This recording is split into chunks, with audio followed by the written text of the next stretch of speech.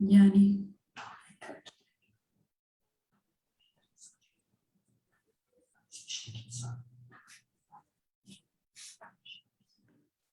Yes, you can start now. Moving. okay. Just a minute.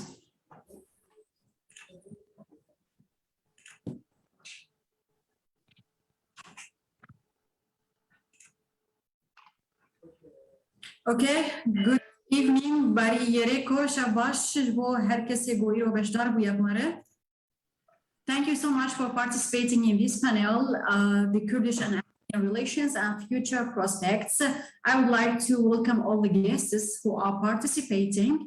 We will start with Mr. Harut Sassounian, editor and political journalist from California Courrier from USA, as well as Nilufar Koch, spokesperson for foreign relations of the Kurdistan National Congress, Keneke, Mr. Hamo Moskofian, writer and journalist, Mr. Saleh Moslem, member of Co-Presidency Council-Beirut, Minister Armin Alexanian, Vice Minister of Foreign Affairs of Artsakh, and Mrs. Miral Çiçek, Chairwoman of Kurdish Women's Relations Office. And we have Vicken Tosounian, Secretary of Western Armenia Council. And last but not least, Mr. Rafiq Ghafour, writer and political observer. So today, the main topics that we are going to discuss today, first of all, is the reasons of the Fermans and genocides and the political results of divide and rule policies between Kurds and Armenians. Second issue will be common culture and history are guarantees for building trust between the two nations. The last topic will be towards building a completely perfect society between the Kurds and Armenians. So I would like to welcome everyone again. Thank you for participating today.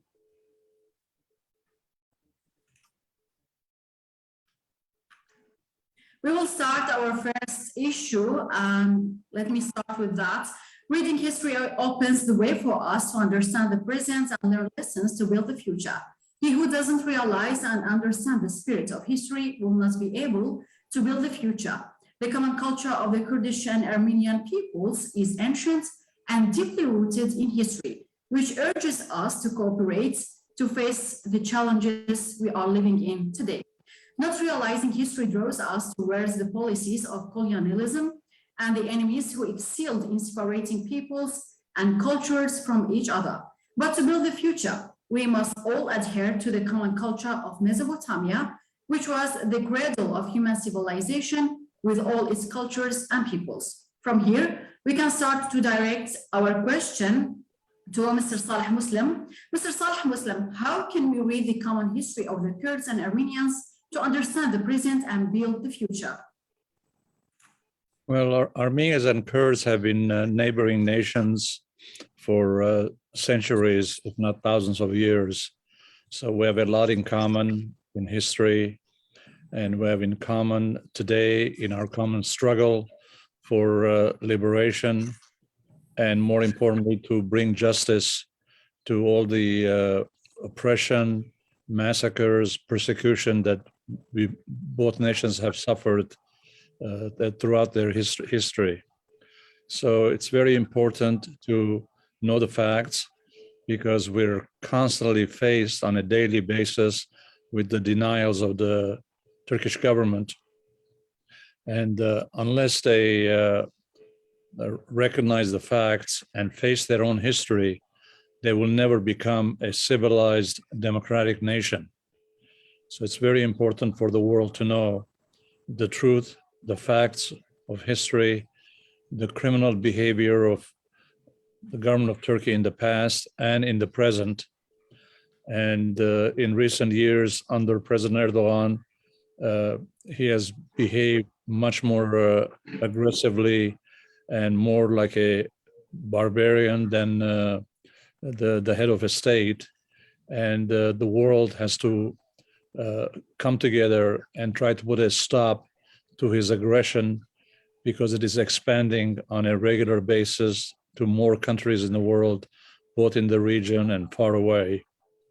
So we have a lot Armenians and Kurds to work together, to cooperate, to join our forces, because we're both small nations, and we need to unite our abilities, and also try to get new allies so we can be more capable in countering the Turkish offensive. Okay. I'm going to move to Mr. Saleh Moslem again with my question. How can we read the common history of Kurds and Armenians to understand the present and build the future? Please go ahead. الأرمني أكيد فول يعني. لا مو 100%. بس أنا أفهم. أي تمام. ما كنا نعرف، هم الأتراك وقتها منعوا أجدادي كانوا بس يحكون كردي. أيوه. بعدين ورا ما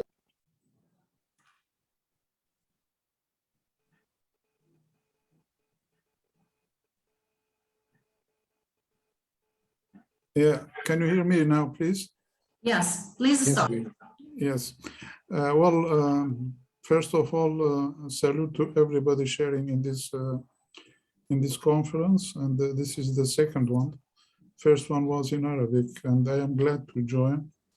And regards to everybody sharing, and thanks for your efforts, and especially our friend Hamo Moskofian, who helped us to be is a kind of bridge between the two nations. Well, what Mr. Harut has said, that's okay, but I think it's more than that, because those two nations, first of all, they are living together, let's say not living together, integrating each other since thousands of years. It's not hundreds of years, not centuries, but more than that. This is first. Secondly, all we have suffered, I mean, even before before the Armenians became Christians, we were the same religion, we were in the same area, we were living together in the cities and integrating each other, one of them in the cities and the other in the village, and economically integrating each other. This is we used to see since thousands of years, till maybe some differences happened when the Armenian became the first nation who followed the Christianity, and then of course the Islam when it came, the Kurdish, maybe majority of them, they became Islam and Muslims, but before that, all of them, they were Zerdustism, and maybe even we can say, as I mentioned before, even we had, I mean, sharing in everything, in the values, in the religion, and the living together, the same geographic places, and we were together till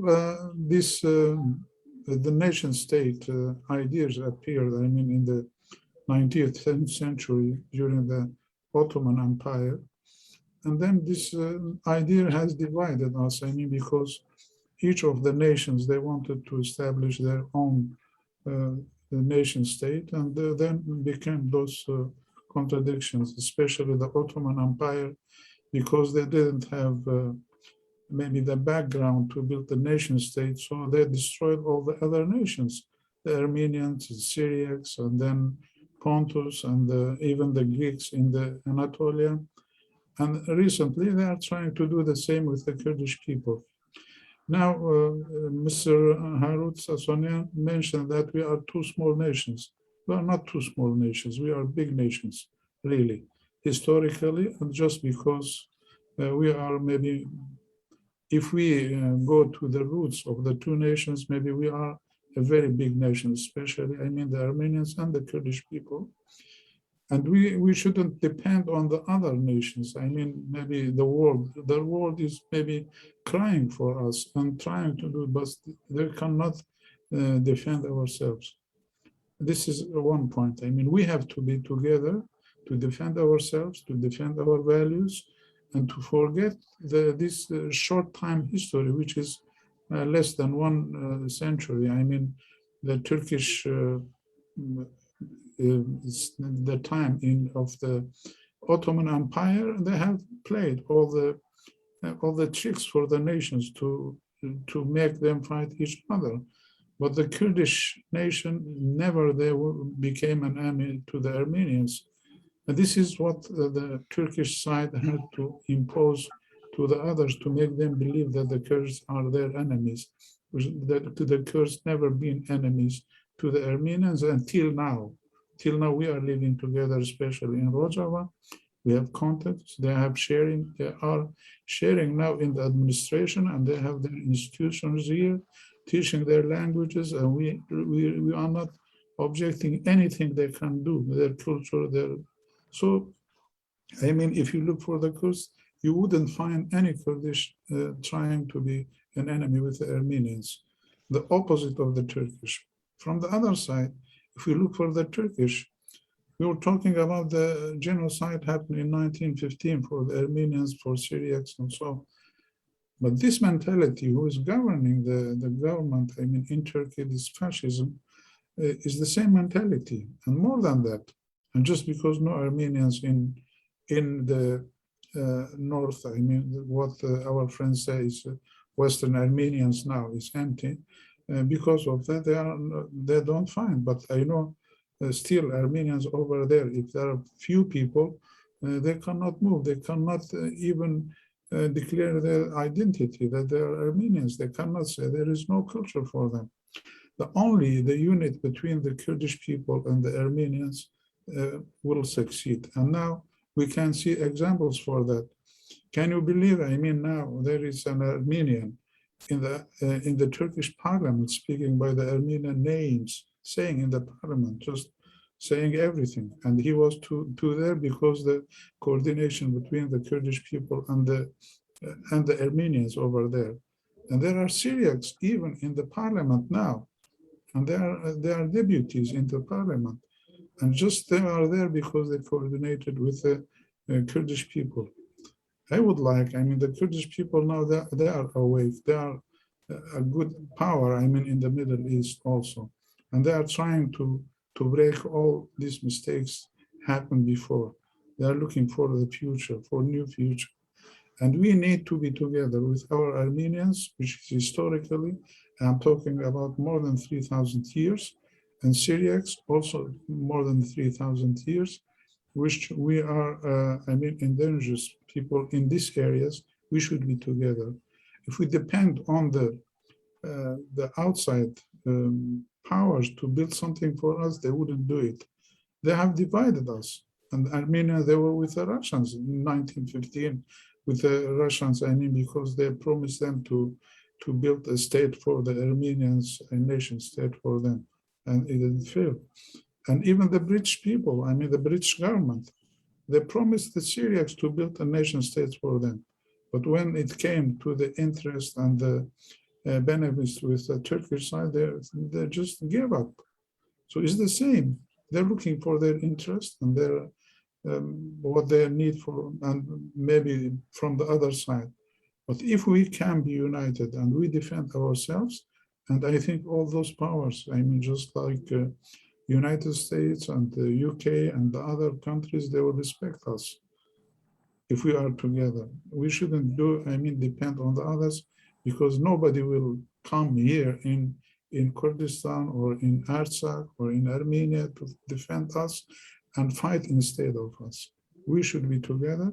We should coordinate locally and internationally, by diplomacy, by politically on the ground, by defending ourselves, which is legal defense ourselves. I think this is our natural right to defend ourselves. So we can be together, and I think at that time we can do what we like, because everybody should respect when we are strong, they are respecting the strongest one. We will be strong and the others will respect us. Thank you, Mr. Saleh Moslem. We are running out of time. I'm gonna give the mic to Mr. Hamo Moskofian. So understanding from what Mr. Saleh Moslem said, that the relation and the history between Kurds and Armenians the relation was good until the Ottoman Empire. So in your opinion, how can we try to avoid the mistakes in the past and then have a good relation in the future?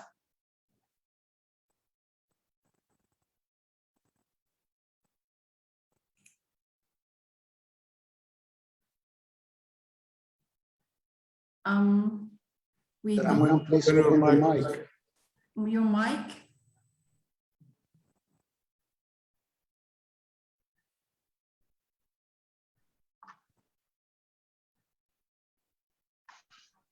رفيق حمو افتح الميكروفون عندك. Okay. First of all, I want to thank my dear comrades and colleagues, Saleh Moslem and Harut Sassounian, and the Vice Minister of Foreign Affairs, Armenia Alexanian and Tosounian, and also our Kaneke leaders that are here. I met them in Belgium with Comrade Zubair Aydar and Adam Uzun and participated in their conferences. So how can we make, because unfortunately there is big ignorance, and unfortunately also from the Armenian side, and because of the mass Turkish and pro-Turkish propaganda beginning from 1915 till now, the most thing today the Turkish authorities fear is that the Armenian powerful lobbying all over the world and the Armenian intellectuals put hand in hand with the Kurds who are on the land, which is historically inhabited by Armenians and Kurds, and also on the land where the last Armenian genocide was committed. And today, those Armenians living there, that means in Kamishli, in Minbij, in Kobani, everybody is protected by the Kurds, and one of the protectors are just in front of us, our dear comrade Saleh Moslem, and also Abdul Karim Omar, Fawza Youssef, and Abdul Salam Ahmed, and many, many others. Also, in Kurdistan, Iraq, we have also quite big friends, Kurdish friends. We agree with them politically, we don't agree, but towards us and towards the Christians, till now, they are somehow protecting us. And we have members of parliament like Yervan Teminian, Aram Shahim Pagoyan, and we have a small army there led by Commander Murat Vatanyan, and all are very, very, they like very much the Kurds. They speak excellent Kurdish, and they were there from Shamdin Agha, 1915, who protected us. And Hamo Moskofian, and at the same time, Sayyid Reza and all the others. So these facts, very few people know, unfortunately, on the Armenian side. So first, we must make such conferences, must make joint conferences when this pandemic goes on. And we have huge work to do, right things, propaganda. And the Turks are today paying a lot of money for their propaganda. And even I read articles in the Turkish press written by named Armenians who are trying to tell that, you know, all the genocide was committed by the Kurds. They don't know that the other face of the story, and we must tell them everything. And such conference last time made a very, very big uproar. Hundreds of people contacted from all over the world. And I thank also Artsakh, former Nagorno-Karabakh, Mr. David Babayan, Minister of Foreign Affairs, who was followed.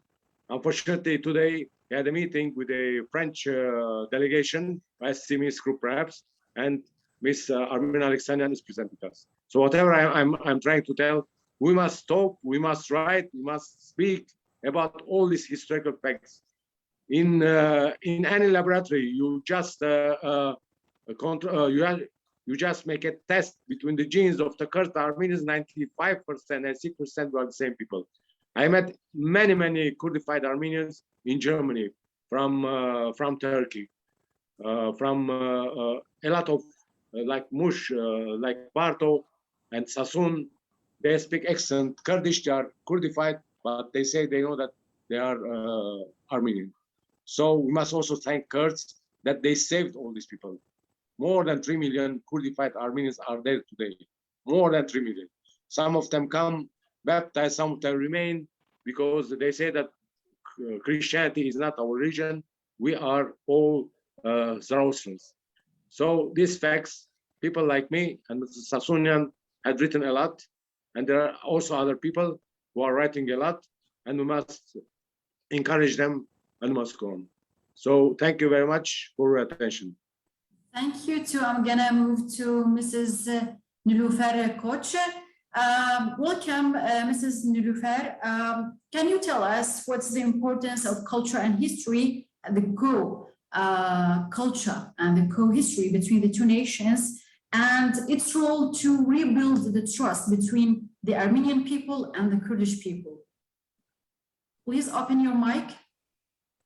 I did.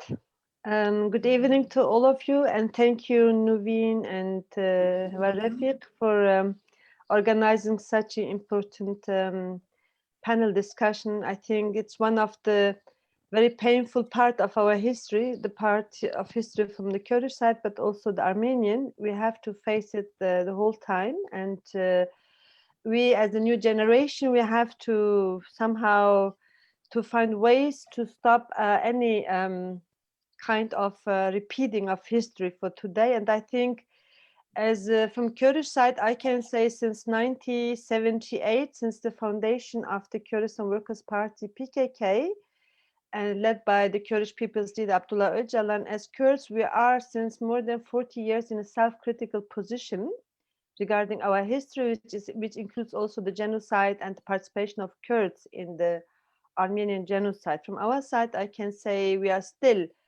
trying to prevent any kind of repetition of history in this manner. And I think in the last 10 years, when the Kurdish People's Leader Abdullah Öcalan reminded us that one of the main reasons of the genocide was the opposed ideology of nationalism, which the Europeans, particularly led by France and Britain, brought to the region and used us as peoples against each other. So I think one of our, the point or result of our self-criticism today is rejecting any kind of nationalism from Kurdish side. So to repeat, to preventing any repetition in this manner, there's also need from Armenian side to be self-critical regarding nationalism, because it wasn't helpful at that time also for the different political wings of the Armenian movements. And that's, I think it's the only way to create a common future. And I think as we have experienced in 2013, there was a huge conference in Brussels, which was also suggested by Reber Apo, the Kurdish People's Leader Abdullah Öcalan. We invited 8 different factions of the Armenian diaspora organization from France and Belgium. And one of the results of the conference was that we need a kind of commission of truth and self-reconciliation. Because many books have been written by Kurds, by Armenians, and also by outsiders. But we really need from both sides serious people that we should clarify our history, the very specific part of the history, the painful part of history. I think still there's a need to create such a commission. Mm-hmm. It should include Kurds, historians, and also from Armenian side. Because without clearing our history, it's very difficult to overcome the pain we are still facing. And there are still people who feel they are victims of the genocide, and those who have been, let's say, also harmed by Kurds. So this is from my side of the Kurds. And I think parallel to this, what is important next to overcoming the ideology of nationalism, it's important to implement on the common cultural values. We have a lot of cultural values. I'm from the region of Kars and Ardahan. For generations, my ancestors lived with the Armenians together. We have some same instruments in music, similar dances, and sharing social behavior. So many of the the socialization of the Kurds, particularly in the region where I come from, was very close to the Armenian one in Ardahan, Kars, this area. And I think reconciliation means also to build on the common cultural and social values. So there's not just the painful part of our history. And I agree with the comment that, well, I say always, well, some of the Kurdish tribes participated in the genocide. We have to recognize this. But I would say the Kurds at that time, they haven't been even helpful for their own struggle. So the Kurds betrayed also their own struggle at that time. So how they could help the Armenians? So the Kurds were the more affected by the divide and rule policy of the Western states than the Armenians and others. And still, we are challenged by the problem of divide and rule. You see this currently also in Iraqi Kurdistan, the conflicts between two big movements in Iraqi Kurdistan. So the conflict between the PKK and KDP is continuing still. And who is causing this trouble? You can say, well, the KDP is this and that, but in the end, some are forcing them. So because they say, well, there are some new improvement in the region of Middle East. There's a political vacuum. And it can be that the Kurds, because the PKK changed the Kurds, there are new national self-confidence, the Kurds can benefit from the political vacuum now. What they do is one side trying to weakening the PKK by war and trying to get the KDP on the Barzani as a collaborating power with Turkey and dividing the PUK, which is the third big movement in southern Kurdistan. So the general aim is, of course, preventing that Kurds can benefit from the current political vacuum in Middle East. So, and who are forcing this struggle? Okay, there, of course, Turkey is leading this, but Turkey is also supported as a member of the NATO.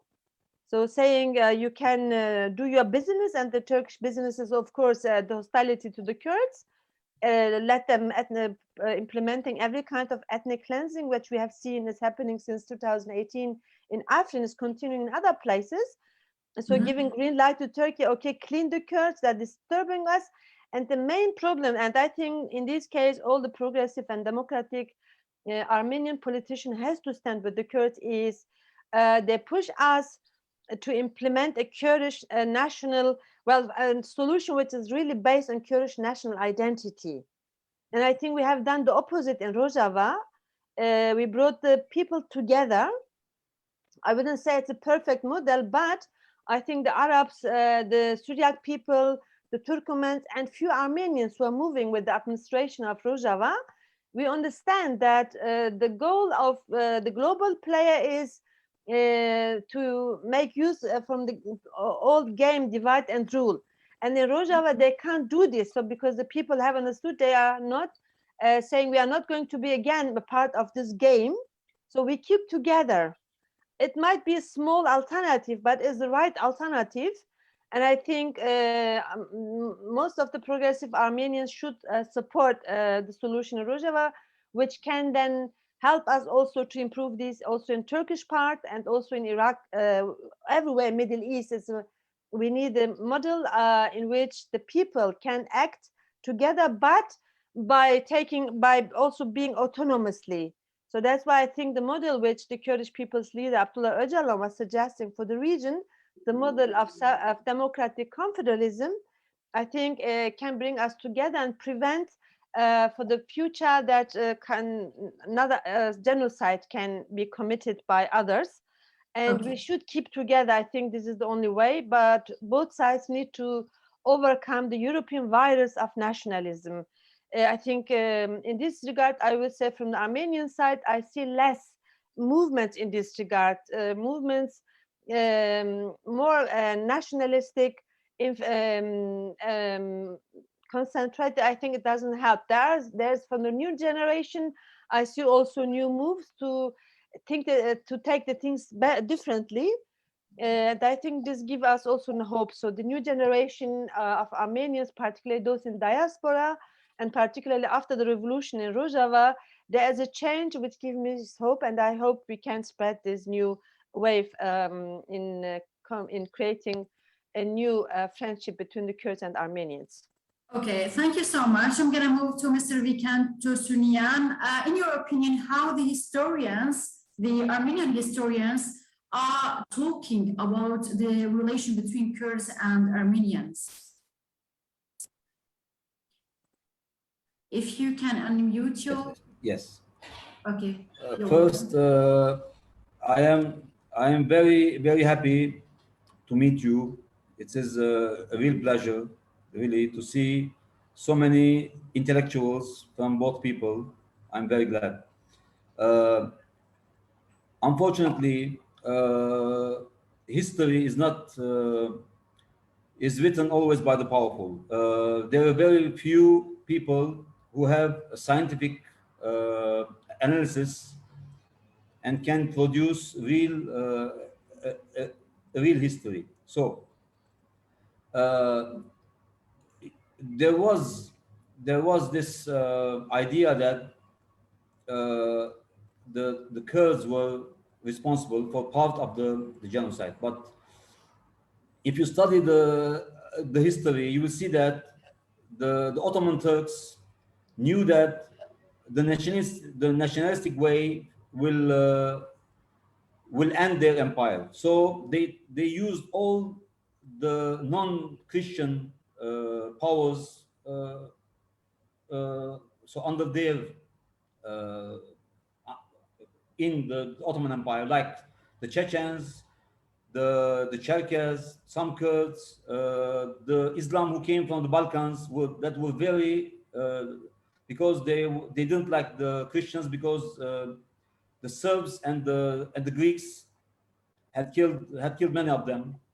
See, so there was the hatred. So they used them. So the Armenian historians usually show this part, but not always.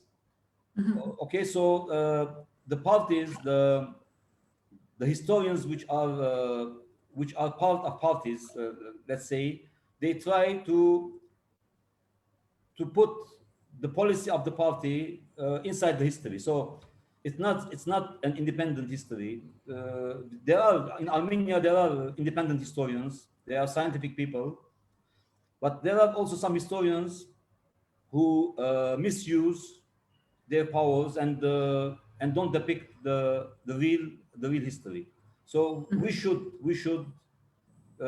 show the real history. We should analyze and write articles to show really what happened, to overcome and to build the bridges between the two people. Okay, how can we make the new generation forget the hate towards Kurds? Because I'm gonna talk about a personal experience happened with me. I met with, a long time ago, I met an Armenian fighter, and she was talking in a way that Kurds killed us. She was too young for that. So how can the new generation have more tolerance? Was he part of a party? Was he a member of a party, of an Armenian party? No, she was from Rojava. She was a fighter. A fighter. There is this. There is the let's say misinformation, or some information is shown in a bigger way. Of course, there is the older generation didn't have this scientific status which we have now. So this shouldn't be done. It shouldn't be done in that way. So we should, as intellectuals, we should work to change this picture, okay? So that we can bridge the gap, if there is a gap, between the two neighboring people. I for myself am from also the Liberal Party, from the Ramgavad, and I'm one of the leaders. And also I'm part of the National Council of Western Armenians, which is a very big group of intellectuals. We have some 45 intellectuals in our group. They are very enlightened people. There is not any occasion when we speak about the Kurds, we speak about in a bad way.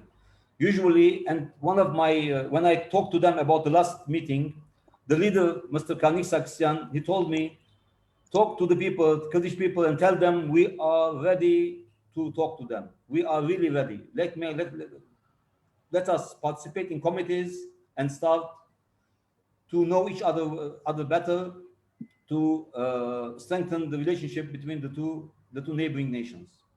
So we have a very big part to play to change this attitude. Okay, thank you so much. I'm going to move to Mrs. Meral Jack. Towards building a completely perfect society between the Kurds and Armenians, what's needed in your opinion? What should be done? Okay, thank you very much also for the invitation and for organizing this very important discussion. I'm Alevi Kurd from Malatya, and because of this and also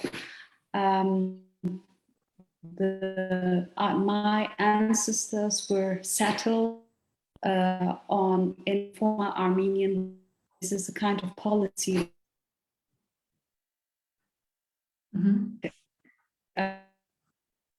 With one stone in a way, you know, for one side genociding the Armenians and putting Kurdish Alevis under its own control. So because of this, the narrative of Armenians in our background was very different from the one we are talking about today. So I would like to put attention on a point which is often not seen or researched much, which is the common history of resistance of Kurds and Armenian people against genocidal regimes during the First World War, but also later. And we often talk about the role of Kurds or of some certain tribes in the genocide, but we are not talking about places where Kurds and Armenian were resisting together against the nationalistic, racist, genocidal or fascist regime. For example, I know from family history also that in 1915 in Malatya, there was a local uprising of Kurds where Armenian people who were able to rescue, who were able to survive from genocide also took part. And also, I think there are a lot of different examples researched, because the focus of research mostly is more on the negative part of the relations. But I think what is very important, and I also think like in this issue, is that if you are going to build a new future, if you're going to build a bright future, what is important is reconciliation. What is important is memory work, to look at the history in order to build a new future. And I think this is very important, especially in northern Kurdistan. A lot of development has been done during the last 30, 40 years. And I think the kind of cooperation that we have today, or this kind of stronger relationship, is the product of this kind of work. And this was political work, this was historical work, this was also cultural work. For example, in Dersim, around Dersim, there have been a lot of cultural projects also for looking at the common culture that we have, or the common social values that we have. But I think this is very important, and not just to say, okay, that was 100 years ago. For example, my friend Yerias also, you were talking about this before, 40 years.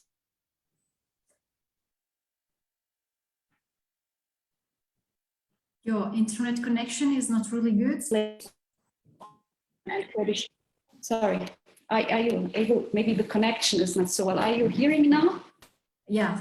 Okay, so I just wanted to say that, for example, 40 years ago in the Bekaa Valley in Lebanon, that was also kind of meeting place of Armenian and Kurdish revolutionaries, and they touched each other. You know, for example, when we look at the memories of Monte Melkonian, who lost his life in Karabakh when commanding the struggle there.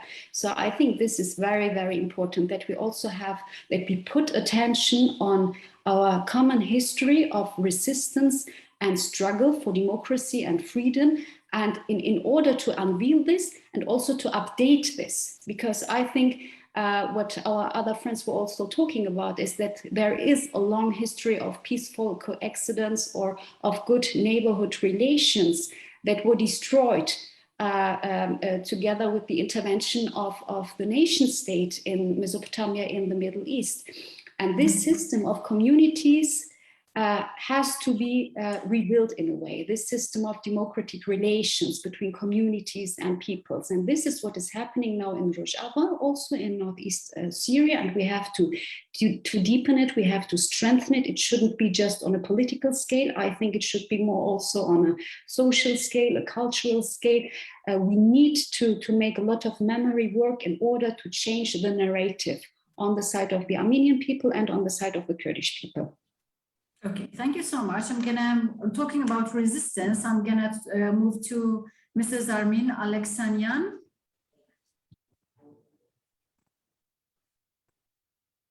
Is she here?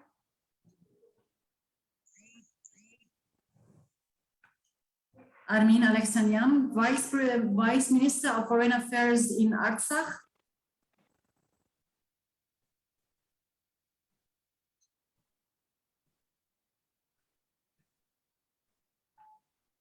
Hello? Okay, I'm gonna move to Mr. Rafiq Ghafour. Please start. And can you tell us how can we build a completely perfect society between the Kurds and Armenians? How can we do that? Thank you. Good evening.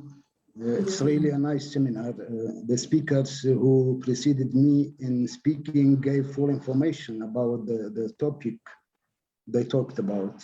I don't have much to add to their preference, actually. But through our seminars and the speech of the speakers, as well as through my reading of our common history and following up on the current situation, I concluded that the reasons for our separation as a people from each other and the reasons for the alienation of the peoples of the region from each other are the mentality of national and religious fanaticism. So, and their, of course, and their exploitation socially, politically, militarily, and economically by our common enemies. So these challenges, I mean religious and national intolerance and their exploitation are still doing their work until now, to this day too. So it's a big problem. Well, I understand that we cannot change what happened in the past. We can only criticize this, but I also know that our future is in our hands. So we are talking about freedom, about democracy and coexistence, but these values and their applications, we don't find them by chance, or no one will give us those values, but we must make them like bread. The future is not a place we can enter. So, but you must create it. So in my turn, I would like to touch on practical issues of joint actions between politicians, intellectuals, and the Kurdish and Armenian peoples generally, both at home and in the diaspora. So in the previous seminar, which was in Arabic on the Armenian-Kurdish relations, I suggested the formation of joint working committees. Here I repeat the same suggestion, but with some more details maybe. So the first, the Committee for Social Relations between the two peoples to introduce the bright aspects of the common history between Kurdish and Armenia, the necessity of the strengthening relations and standing together to face challenges that negatively affect understanding and common life, etc. The second one, forming a committee for diplomatic action and a joint lobby to present the face of rapprochement between the Kurdish and Armenians to the world public opinion and to countries and to the international institutions. So that's for the purpose of obtaining global support for the benefit of our private and common cases. So and for the purpose of obtaining support against all forms of attack on our people. The third one, joint work committee in the media field. Both of our peoples have good media from TV channels, newspapers, and web pages. This is necessary to support the work of the first and the second committees, actually. So related to these topics, I would like to point out an interesting topic, which is on October 5th, 1927, the Khwaybun, which is the Kurdish organization which worked for the independent Kurdistan. So the Khwaybun organization was established in Lebanon with the support of the Tashkent organization. I don't know what your position to Tashkent actually, but I just want to mention this history, this very brightness point in the history. So at the Construction Congress, on behalf of Tashkent, Dr. Vahan Papazian was present at the Congress until the end of the establishment Congress of the Khwaybun. From a logistical and intellectual point of view, the cooperation of the Tashnaks was very great. So following the establishment of Khwaybun, an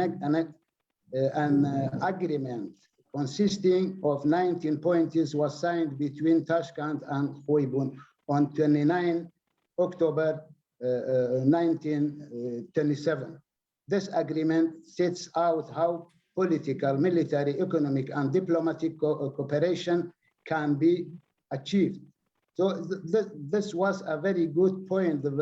It's a very detailed. I don't want to read all 19 points of agreement between those two organizations because it take maybe a long time. So I mean, it's a good experience in our history, in our common history.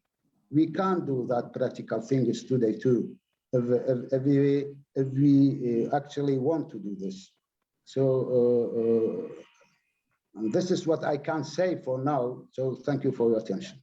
Okay, thank you to Mr. Saleh Moslem. What do you want to say about what Mr.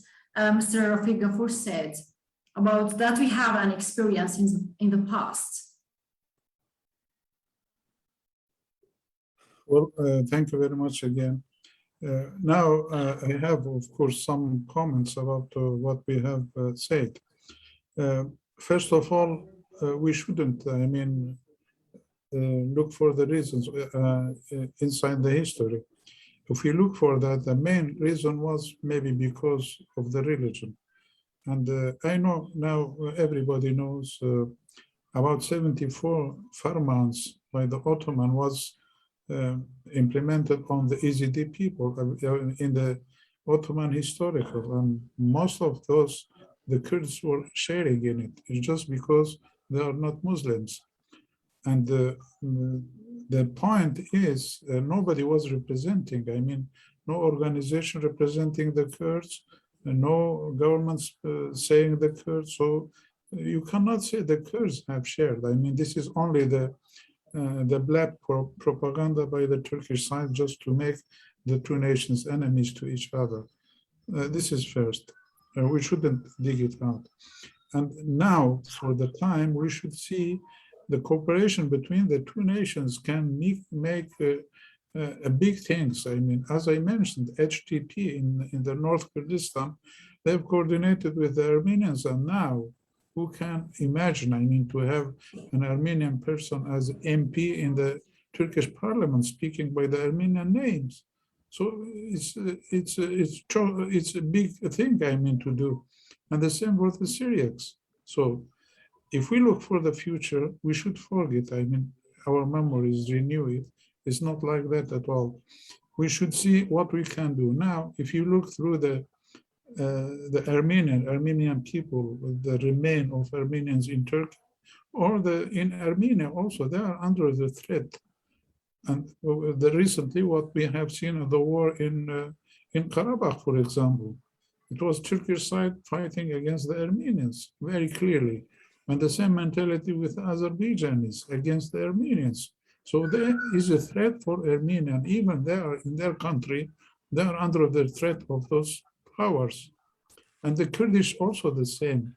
As I said, if we wait for the others, I mean for the Russia or for the Americans or for the others to do something for us, nobody will come to our country. I fight instead of us to defend us. First of all, we should think what we should do. I mean, what I'm saying is not only for the Kurdish people, it's for the Armenians also. They're under the threat. And now the Kurdish people also, they are under the threat. And we are resisting, everybody knows. So because of that, I think we should come together. We should, as maybe Mr. Rafiq has said, we can establish a common institutions for the, maybe even one common for the history to look through the history to the reality and to tell our people. It's maybe, as you mentioned, I mean, maybe these new generations, they don't know what happened.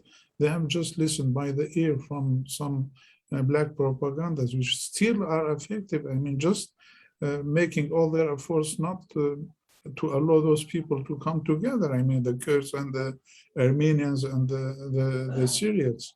And just those attacks happen to Rojava every day. We are under the shell by the Turkey and by those mercenaries who are taking their order from the Turkish side.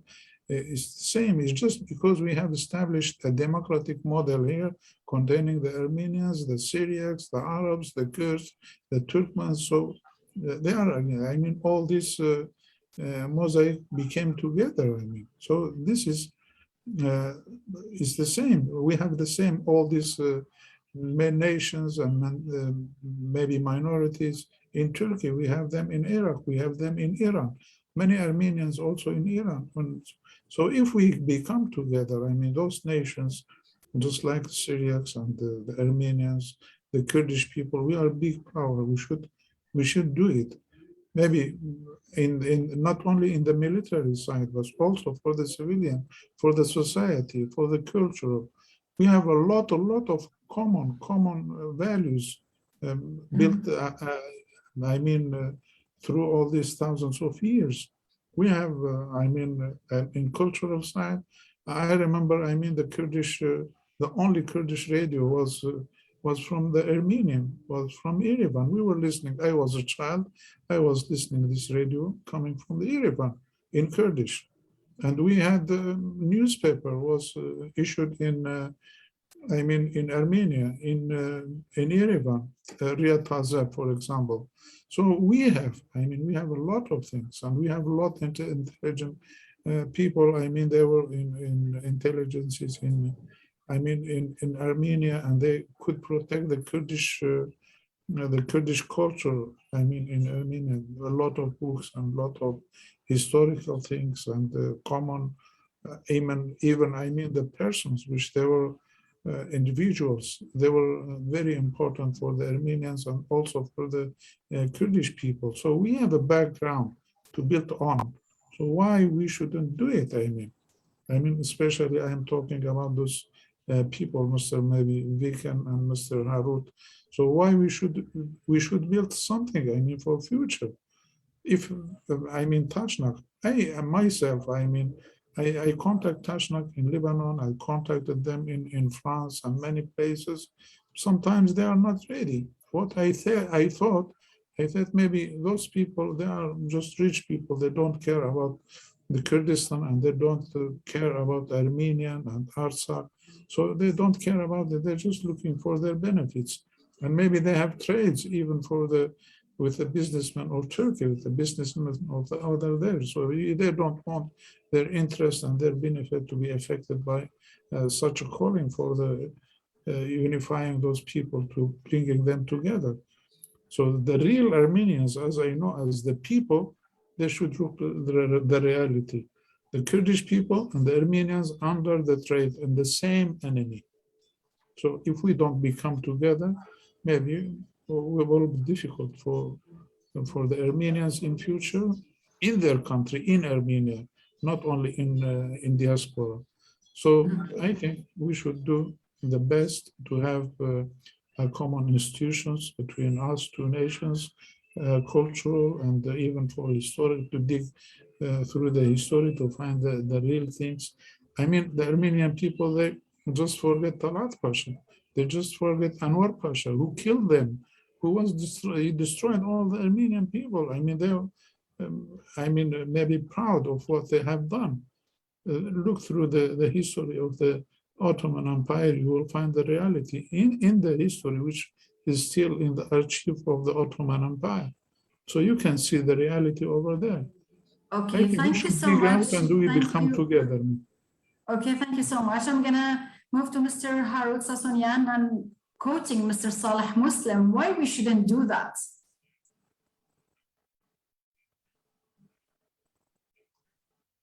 Please unmute your microphone. Okay. Yes, I welcome the suggestion. We definitely should. As I always say, and I blame Armenians, but maybe the Kurds or other people are the same. We constantly talk about doing wonderful things, but we don't act on our words. We just they remain words. So I think it's high time, and we're way behind schedule, that we need to go beyond talking and start doing things. I was very interested in what Mr. Gafur said about the 1927 meeting and the signed agreement. Unfortunately, this is the first time I hear about it. It was before my time, obviously, but I would love to get a copy of that agreement if he has a copy of it. And you know, again, we're as they say in English, we're reinventing the wheel. Things have been done before us. Why don't we take advantage of what's been done and try to continue and improve and expand our cooperation? So if there were 19 points of an agreement in 1927, let's make it public. Let's see what different committees they wanted to create together. And let's start from there as a guideline, as a roadmap of future activities. The other thing we should stop doing is just listening to ignorant people who not only do not know the cause of the Kurdistan, they also don't know the Armenian cause. And I come across ignorant Armenians all the time. And I spend a lot of time trying to educate them and explain to them. So we should ignore the ignorance and work with people who are knowledgeable, intelligent, activists, who are willing to do things rather than talk about doing things. So it's time we form joint committees on lobbying, on media, on social issues, and start doing things. And we should be able to show results and move our cause forward as soon as possible. We're way behind schedule. Okay, thank you so much. I'm gonna go to Mrs. Niloufer Koch. Well, I think I would agree. As I said, we already in 2013, in the conference, we agreed to have a common commission, commission of academicians and historians to work out the history and give a common, let's say, official document about the analysis of history, particularly the part in which many of the Armenian nationalists are using this as as a critics on the Kurds, and also from Kurdish side, it must be also reflected. I think there's both sides need. And I think I would say even today, however, the Kurds are very powerful because they're well organized. And however, the Armenians have a state as Armenia, still we are threatened people. Particularly now, since there is a turmoil in Middle East, and we have seen recently when Azerbaijan attacked Nagorno-Karabakh, so things can happen, and we are seeing every day zones of conflict new are coming, like the past days with Afghanistan. It's a very critical area. It's a very critical time, and I would say because many of the Western states still need Turkey as a stick to use against the people, particularly now the Kurds. And whenever Turkey has the opportunity, I'm sure they will also find ways to keep the Armenians silent. They are doing this now also with the Arabs in North Africa and also Middle East. So I would say Turkey is now under the regime of AKP, MHP, and Erdogan is a very aggressive regime. It dreams from creating new kind of new Ottoman empire, and our war actually is to stop Turkey to dream about creating new Ottoman empire. And in this, I think this can't be just the obligation of the Kurds. I think in this, particularly in diplomatic field in the diaspora, we and the Armenians should act together. I'm sure the Kurds have a high sympathy amongst the people in Europe and also amongst the progressive people. And I'm sure because of the history of genocide, there's a lot of history, sympathy also with Armenians. And I think we should also, in diplomatically, we should also act together against Turkish aggression and Turkish move of occupation and invasion in Middle East. And I think might be that we are now leading the defense struggle against Turkey, but if we won't be able to stop Turkey, then I think I ensure you will be the next. So that's I think we should start also together to act with Turkey, and I think the Armenian diaspora is very strong in the politics in France, in Germany, and I think also in Germany, because the plan to genocide of the Armenians have been made in Istanbul with the participation of Germans. And I think Germany also is part of the genocide which is committed today in Kurdistan, particularly against those against the Yazidis during the time of Graf Helmut von Moltke. And I think we should act also legally together. So Germany has to recognize its participation in the genocide so far from Armenia. It was of course bigger than also by the Kurdish one. And I think we should find ways to act also diplomatically, because both people have a huge sympathy amongst the societies in many of the European countries and also particularly in the US. That's what I think. Okay.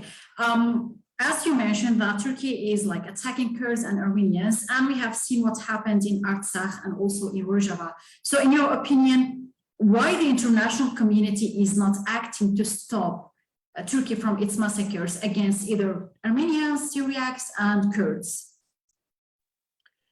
Well, you know, there's a problem amongst all of us. We are describing the conflicts like the war in Kurdistan, in Afghanistan, in Myanmar, and now recently in Guinea. So the conflicts are growing, the figure of conflicts are growing, and it seems it will become much more threatening in the future. There's, I think, after the last summit of the NATO in June, in which China and Russia have been declared as the main hostile forces, the concentration of the aggression will move to Asia Pacific. It will also particularly influence Armenia. And I think it has something to do with the US strategy of becoming hegemonial power in the world. And for that, they don't need to have any obstacles. So, and I think the Kurds with the alternative, bringing the people together, a paradigm which is based on coexistence of the people, which prevent the classic hegemonial policy of divide and rule, that made the Kurds, well, as a threatening ideological force to the others who are looking for their benefits. And that is one of the reasons why Rojava was permanently attacked. I think we are playing with the fire from the Kurdish side. We are taking away one of the classic instruments from the hands of the hegemonial powers. So the instrument of divide and rule. So, and that's why they say, okay, because the Kurds have a huge sympathy after defeating IS, what they say is, Turkey, you punish the Kurds. Listen, Turkey is committing war crimes in Afrin, in Serikani, in Grisipi. Turkey was committing war crimes in Nagorno-Karabakh. Still, there are hundreds of prisoners. So they don't implement the Geneva Convention for war prisoners, for example, is a part of war crime. So nobody is going to charge Turkey for anything. So because they need Turkey to disciplinize people like us, bringing the people under the control, people who are well organized, people who have enough self-confidence, people who do have a, who want to determine their own future, like we, the Kurds now, as an actor in the Middle East. And I think that's the reason. And the other point is that they know the weaknesses of Turkey. Turkey was built, the Turkish Republic was built on the blood of Armenians, 500,000 Syriacs, and continuously on the blood of Kurds and Alawites, Yazidis, and other components of Turkey. So this is the character of state of Turkey. So Turkey is always ready to kill others who are, and Erdogan says, you must be man, Turk and Sunni, but Hanafi school of Sunni, who are not like this. They are threat to Erdogan, and he's going to clean them. And we are now the only power which prevent Turkey's further aggression in the region. And that's why I said we have to act also internationally, diplomatically in the European countries, because they are now supporting Turkey. They want to use Turkey for their own benefits of expansion to Asia Pacific. Okay, thank you so much. I'm gonna move to Mr. Vicken. What's needed to do practically in order to have solutions? Yes. Between the two nations, I mean the Armenians and the Kurdish people. Yes. When I put this matter at the last meeting of the Council of the Supreme Council of Western Armenians, they greeted this approach, the meeting, and told me to tell you the following: we should start a high committee comprising of intellectuals, we should put a roadmap to re-establish the relations between both nations. The foundations of this committee should be grounded on the return to aboriginal values, like Mr. Moslem told us. It means values which are away from extremism, not having to do with religion or nationalism. It means we should re-establish the relation between both nations as neighbors, as they were, let's say, before 1850. Re-establish and this needs a philosophy. A return to ancient values for frank and transparent relations. Okay, this committee, of course, will have subcommittees, which should comprise of historians. Let's say, committee for historians, a committee for all the levels of relationships between both nations. And the most important thing is to start the dialogue, start a transparent dialogue, and we should let's say, call all the parties, Armenian parties, independent intellectuals to participate, because unfortunately there are some parties, I don't want to tell which one, which still are not away from, let's say, extremism. We should call them. Whoever meets, comes, we should put the standards. Whoever meets, he should come and participate. Whoever doesn't come, he is free. We'll start with whoever is here. Okay, so we should start this dialogue away from extremism. This is the most important thing. and it should have all the levels: historians, media, let's say parties. There should be a committee for parties. The parties, for Kurdish parties and Armenian parties, which should participate. Okay, and the highest committee, which will be the guiding, which will guide all these committees. Okay, I think this is and we start putting the foundations of the groundwork, like Mr. Sassounian told us, which is very important. Let us start and put the steps, and let us put check marks. This is done. This is done. This is still under process. Okay, this is very important. Yeah. Okay, I'm gonna ask the same question to Mrs. Meral. Meral, what should we do in the practical way to have a solution for both of the nations? I think what at the beginning is very needed is to take a decision to put these issues into practice, because often we express our wishes, we often say what is needed, but it just stays in the air. And I think what is important is that we decide on who is going to do this. For example, who is going, for example, can it be the result of this meeting, of the seminar, that we say, okay, this group which is now here will organize a meeting where we aim to build such a committee, for example. So I think this is important, that we not just express our wishes, what should be done, but also that we take the responsibility to do this in order not to say the same things in the next panel or next year or in conferences in the future. I think this is very important just to get into the practice. I think this is an important issue. Another important issue for me is also very touching. A couple of years ago, I was traveling to Rojava together with an Armenian journalist who's originally from Istanbul. And on return, he told me, he said, you can't imagine what a feeling it is for an Armenian to see Armenian self-defense forces in North Syria 100 years after the genocide.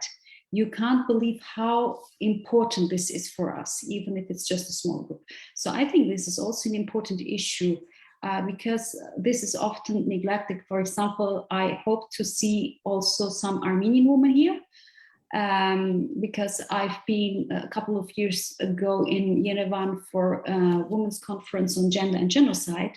So I had the opportunity to meet a lot of Armenian women from Armenia and from the diaspora who are working on this issue. And I think this is also a field of cooperation, not just between the Kurds in general and Armenians, but especially I think between Yazidis also, in light of the genocidal attacks that are continuing against the Yazidis in Shingal, or in general the people in Rojava, for example. During the last attacks, some Syriac villages were attacked by the Turkish military also in Tiltemir. I think. So because of this, I think this is an important field of cooperation, the women's field, I mean, especially in the light of gender and genocide, how can we work and cooperate in this issue? And another issue, I think, is also history of self-defense, and also from a female perspective, because we know that there have been Armenian female fighters also during, let's say, the First World War. And today, 100 years after this genocide, we see that we have once again female self-defense fighters, Armenian fighters in Rojava, who are developing their self-defense force. So I think these are two important fields of common work which should be developed in the future. But as I stated, I think important is to take also decision on responsibility. Okay, who is going to do what in the future or as a next step? Okay, thank you so much. So thank you for the discussion panel. Right now, we are going to move to input and questions and comments. Let's start with Mr. Rafiq Ghafour. Yes, thank you. I want to just say something about this agreement I mentioned too. So because of Mr. Harut asked about this, So I mentioned on the subject of the 1927 agreement between Khoybun and Tashkent as a shining example of cooperation between the two peoples. So how could we cooperated like this 100 years ago, and we cannot do the same today? So it is, I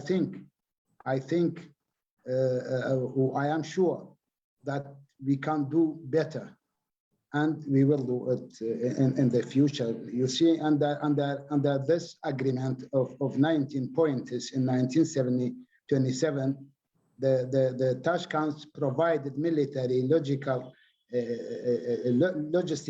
and diplomatic assistance to the agri uprising. So you know about agri uprising. So on behalf of the Tashkents, Ardasher Muradian, known in Kurdistan as Zilan Bek, joined the uprising and served as Ihsan Nuri Pasha's deputy at that time. So the two sides have set up a joint committee in various fields and sent joint delegation to Kurdistan and Armenia. This was a very, very good example for today. So Tashkents in Europe and the United States at that time have propagated the agri uprising, put the Kurdish question on the agenda of the Socialist International, and made decisions of this. So sending letters to representatives of many countries that time. So before 100 years ago, we could cooperate better than today. So this is the question. So I hope we start a new step about this. Okay, thank you so much. Mr. Jalal Zanati wants to comment. Good evening. Okay, good evening. Good evening, you can start. Please go ahead.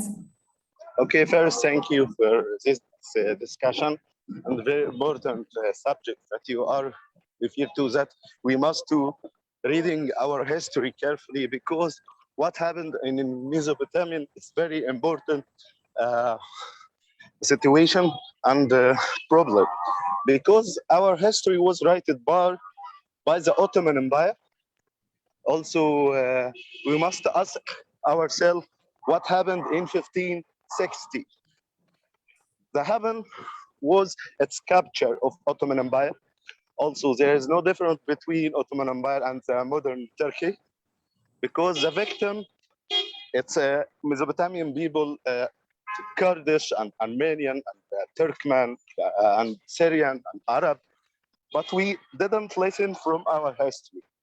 For that, I think we must rearrange our history and write our history from our hands, not by the captured people, because the history we must listen from this, from lesson of our history, and also we still right now didn't listen from our history.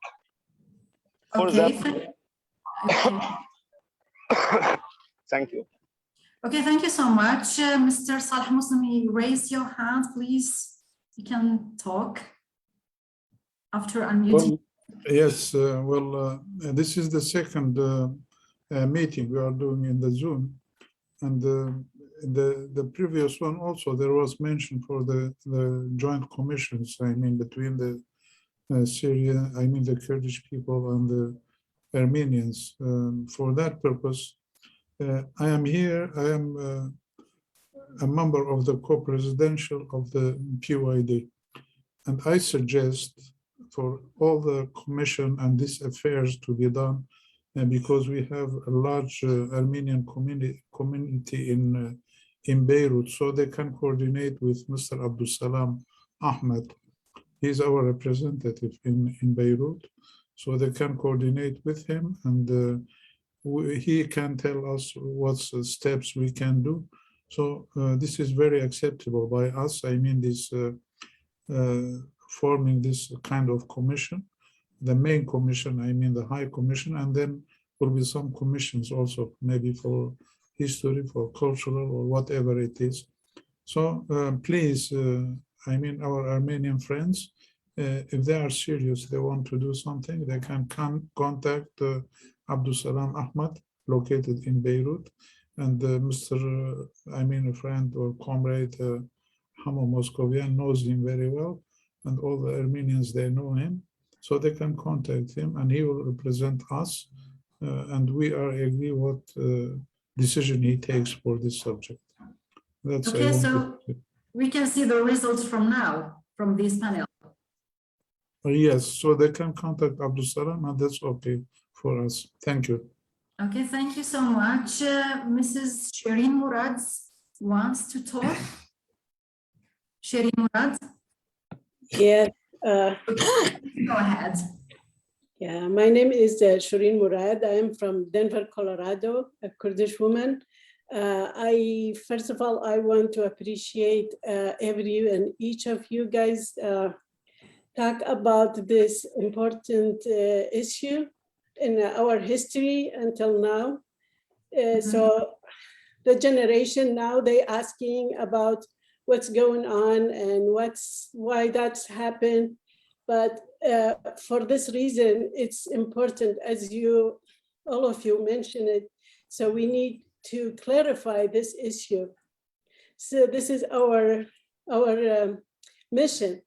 And the other thing I want to ask Mr. Harut if he can help me to join the Armenian community here in Denver, Colorado, because I want to go meet them and we can have some interaction together and we can move from there. If he wants, I can put my information here in a text message. And Okay, thank you so much for. Okay, thank you so much. Of course, thank you. Okay. I'm going to read some comments in our panel. Armenia wrote, during 2020 Artsakh war, the biggest support for Armenians came from Kurdish communities in diaspora. Sir Harut, do you want to comment on that?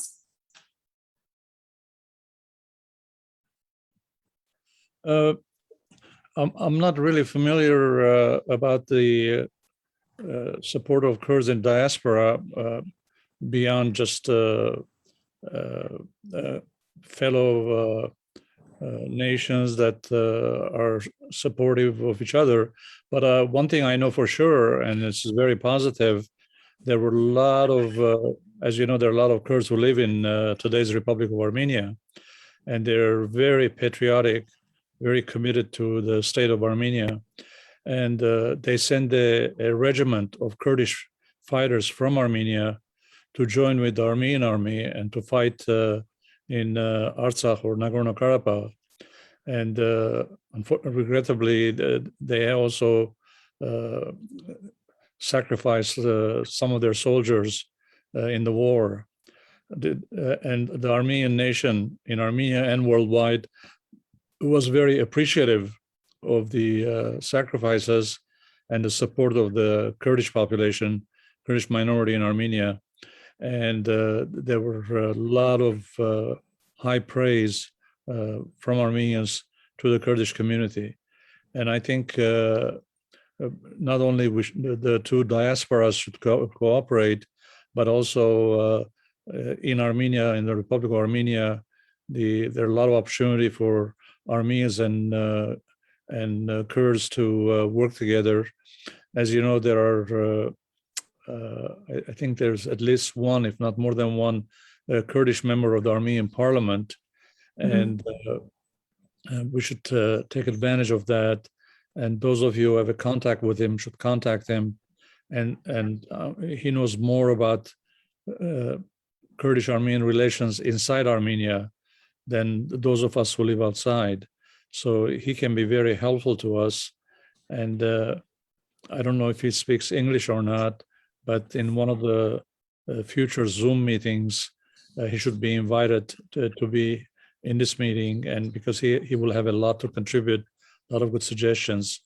But just to repeat my earlier words, you already had one Zoom meeting earlier in Arabic. I just learned about it, and there was a discussion at the time that I just heard to form joint committees, but to my knowledge, that hasn't happened. It is time that we don't waste the second meeting, again, talk about things that will not happen. Third meeting, fourth meeting, fifth meeting, 100 years have passed.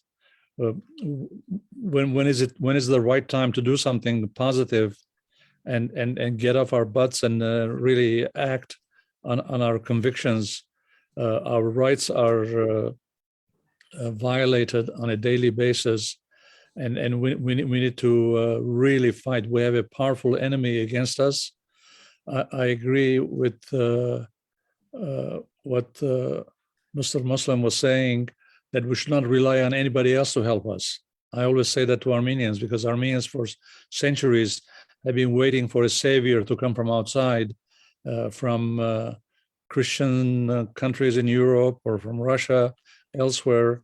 And as we saw repeatedly throughout our history, and as the Kurds have seen, we have to be our own saviors. No one's going to come to save us.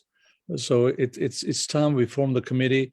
One practical suggestion I have: there's a wonderful group that's gathered today on the Zoom. Many of us don't know each other. I'm seeing many of you for the first time. It will be helpful if Hamo or a moderator will circulate the email addresses of everybody and with the phone numbers and the where they are, what country they're in, so that we can all contact with each other and start forming action committees. Mr. Moslem mentioned the name of the representative in Lebanon, but we live all over the world. We're not just in Lebanon, with all my respects to our Lebanese compatriots in Lebanon, but we live all over the place. So we need to, all of us, contact each other, if you want us to contact a particular Kurdish leader in Lebanon or anywhere else, we'll be happy to do it. Just give us his phone number, his email address, and where he is, and then the moderator or Hamo or one of you should really seriously start talking to people to form committees, not just talk about it, but do it. Okay, thank you. Okay, we will start working on that after we finish the panel. I'm going to read another comment from Piranian. It's written in Arabic. Try to translate it. It's written that Kurds and Armenians are brothers since thousands of years, and we are still brothers. And we salute the Öcalan leader who opened the eyes of the people from darkness to the light, and we hope that the coordination between all the nationalities and religions who suffered from the Turkish Ottomans, like our brothers Syriacs, Assyrians, Arabs, and Yazidis, and even moderate Islams, they suffered from the abuse of Turkish Ottomans, and we still blame the international and the big powers and the UN of what happened. This is one of the comments. Mr. Vicken Tosounian, if you want to comment. Please, it's mute. Yes. I will add on what our compatriot, Mr. Sassounian told us. We have to rely on ourselves, really. This time, don't rely on anybody. With these committees should put a work plan and start working, because the world is moving towards an unstable area, like Mrs. Koch told. She's very right. So the world is moving towards instability because there is a shift of powers. It is coming. The East China, Iran, and Russia are more or less powerful states. So the West is losing ground, as it appears. Of course, it's not easy. It's not going to go away in a very fast way, but the shift of power is happening. So we should take care in order not to be the victims of the shift of power. We, the people of the Aborigines, the Mashriq people, the Orientals, the Arabs, the Kurds, the Syriacs, the Armenians, we are the people of this area. We should like each other. We are neighbors, okay? So we should put all our forces together. We should unite, because it's not easy. Believe me, it's not easy. The plan they are working on is a very vicious plan, like Mrs. Koch told. She's very right. So let's unite our forces now. I will take the address of Mr. Abdul Salam from Hamo, and like we talked in our last meeting of the Supreme Council, we are 45 intellectuals from all over, from Western United States, from Karabakh, from Russia, from Armenia, from Syria, from Lebanon. So they are very clever people. So we are really working on this, and we have a plan which is in Arabic and in English. I'm going to send it to you, but please send me your email, Mrs. Ibrahim, so that I will send it to you. It is the concept of Western Armenia, how we are going to live with each other. It is a concept, and this will be a talking ground for the meetings when we start. Okay, so please send me your email. Thank you. I'm gonna send it now. So Edwin Kirkorian raised her hand. Please start. I hope it's a female. Yes, I can I ask a question? Okay, yeah, please. Yes, my question is about assistance in the future. Don't you think it would be much easier if you want the Armenians and the Kurdish people to work each other to have some kind of official message from the governments, from each of the peoples, so it makes much more easier for the diaspora to coordinate? Because as of right now, the reason let's say the diasporas don't cooperate so much in the West is precisely due to not much cooperation shown from the official authorities in those countries. So what do you think about this proposition? Okay, if Mr. Hamo is here, Mr. Hamo. Okay, Mr. Harut, what do you think about his question? We need like official. Yeah. Yes. Well, on one hand, it's a good suggestion and it's worth trying. On the other hand, we may not make much progress because governments and states have their own policies, interests, limitations, and they, for whatever reason, which we will find out if we try to see if they're really going to do anything about it besides just saying good idea. I'm afraid it's going to be more difficult to work with governments, whereas the rest of us in the diaspora, outside of a government, we are free individuals. We believe in the cause, and we can do as we please without worrying about international politics or internal politics or anything like that. We believe in working closely with Kurdish leaders, and that's why I keep saying let's just stop talking and start doing things, and start forming committees and start acting. Like Vicken said, make a list and start going down the list and accomplishing these steps. So it's not a bad idea what Edwin was proposing about the governments. I'm not opposed to trying it, and let's try, but let's not wait forever for governments to do something. We'll find out. We should find out very quickly, yes or no. If it's yes, it's wonderful. I welcome it. If it's no, then we would just continue doing what we're doing and not waste any more time. We already wasted a century.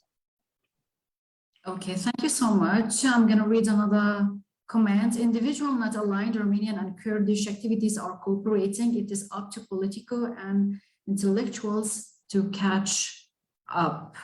Mrs. Meral, do you want to comment? I think it's not just the work of politicians and academics. I think it should be more wide. I think it's an issue that should be, because the issue itself is affecting all of us. So I think even every single person should take responsibility and participate in this process. So because of this, I think journalists, activists, musicians, artists, etc., are all able to make a big contribution to this process. And I wanted just to add an information, because somebody was saying that it would be good if Garo Paylan, the MP of HDP, had joined this discussion today. As far as I know, he was invited but was not able to join, I think. But just as information for you, there are currently, if I'm not wrong, 3 Armenian MPs in the Turkish parliament. So there's also one Armenian MP in the ruling party and Erdogan's AKP, and there is one woman who's an MP for the Republican Party. And I think this is also, I think we should see the difference of the quality of the representation of Armenians in the Turkish parliament. Because, for example, I mean, this is not just an Armenian issue. For example, inside the Turkish AKP, there are so many Kurdish collaborators who are in a way defending the position of the state against their own people. And for example, Markar Esayan, who is MP for AKP, is in a way defending the policy of the state.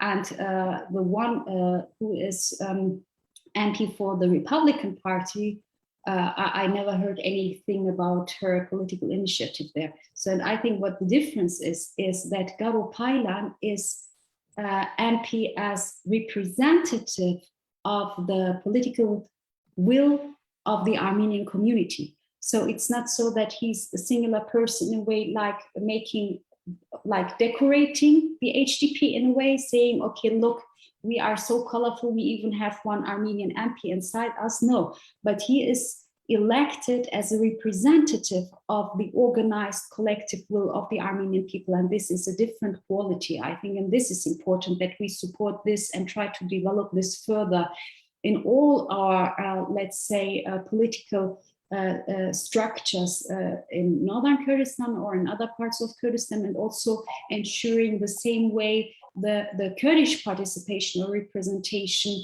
in Armenia, for example, or in other structures or common structures. So I think that's very important to ensure such a political and social representation. Okay, thank you so much, Mr. Hamo. Can I make one correction? Okay, we will move. Okay, Mr. Harut, and then we will move to Mr. Hamo. Yeah, very short. I just want to make a correction. In the Turkish parliament right now, we don't have 3 Armenians who represent the different parties. We only have Garo Paylan and Mr. Yesayan, the MP from the Republican Party, or from AKP. He died already. And the other, the third one is out of the parliament. So we only have Garo Paylan. And I think Meral made a good suggestion. If he's willing to participate in the next meeting, we should invite him. He's an activist, both in terms of Kurdish issues and Armenian issues. Is a wonderful combination of everything we're trying to do together. Thank you. Okay, thank you so much, Mr. Hamo. Yes, yes, please. First, the Minister of Foreign Affairs contacted me from Artsakh that Armenia Alexandra could not connect because of code and internet. So I sent her code. I don't know if it's too late. My internet was also disconnected, unfortunately, from Beirut, or some delivery did it. Anyhow, I congratulate you for this very good organization, and the first time in English, as we're talking about a lot of people. And I looked also at the Facebook, hundreds of people are following it. The main thing is that it's the time had come to take concrete steps for direct collaboration. And as Mr. Sassounian hinted yesterday to me, the Turkish Islamo-fascist government of Erdogan will be greatly angry and will be greatly come out of control when he sees that the Kurds and Armenians are talking and are doing video conferences, or also will be meeting very soon. We did some with Western Armenian National Congress. It's not the weekend that presents. We had it. We made 6 conferences in Berlin, in Brussels, in Beirut, and also in Armenia. And unfortunately, big powers, even the Armenian government at that time, put pressure in order to stop such meetings. Also, not to anger Turkey, because I think Turkey had become some of the policemen of the region. But we are not afraid, and we'll continue on. And it's not an easy task to do.